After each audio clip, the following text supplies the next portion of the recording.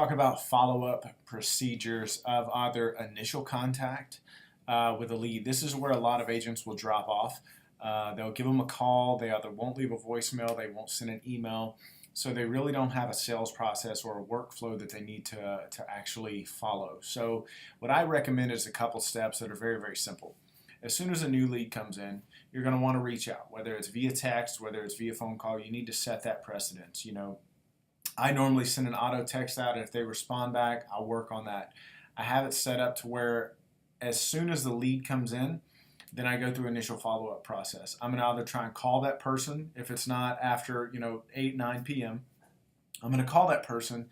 If they don't answer, I'm going to leave a voicemail. Always leave a voicemail. And I'm going to do examples of that in the next videos of different follow-up techniques. Leave a voicemail with them. If you cannot leave a voicemail, send a text. Send a, hey, just tried to call you. Voicemail wasn't set up. Do you have an opportunity? I can give you a call back. And at the same time, you're also going to send an email. It says the same thing. Hey, this is Ronnie with the George Group. Just tried to give you a call. Just want to see if you had an opportunity to chat a little bit later about your home search. Are you actively looking or just doing some browsing? Again, your whole focus on the initial communication should be identifying where this person stands in the process. If they're actively looking, if they're just doing research, or they're not even interested. You want to weed through all those leads and segment the people. So go into that focusing on exactly how you can communicate, how you can segment them instead of trying to close them over the phone. After your initial conversation, if you don't get them on that first call, text, and email, call them the next day. Send them the email the next day. Hey, just tried to call you again. Again, I really don't want to try and bother you. Just want to see if you're actively looking. We like to follow up with everybody who reaches out or inquires about real estate. Are you actively looking? Or are you just doing some browsing for the time being? Let them know that you're not there trying to close them on something. Let them know that you're really just trying to identify on how you can help them.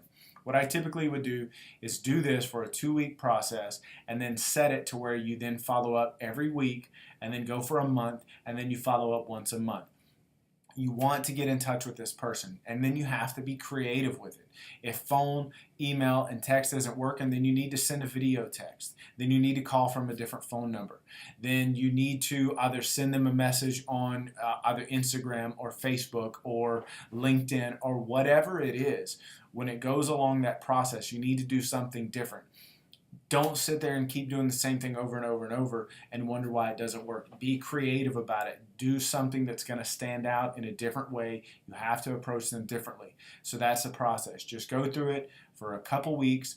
If they don't follow up with you, then set them in a drip to where they're probably not ready. And then touch them once a month, every other month or something like that, and roll on through that process. Don't sit there and drive yourself crazy. If they're not ready to talk to you, then that's fine. You have plenty more leads to work. So that's the best way to sit there, initial contact, initial follow-up, and how to be creative with trying to engage with this person for the first time.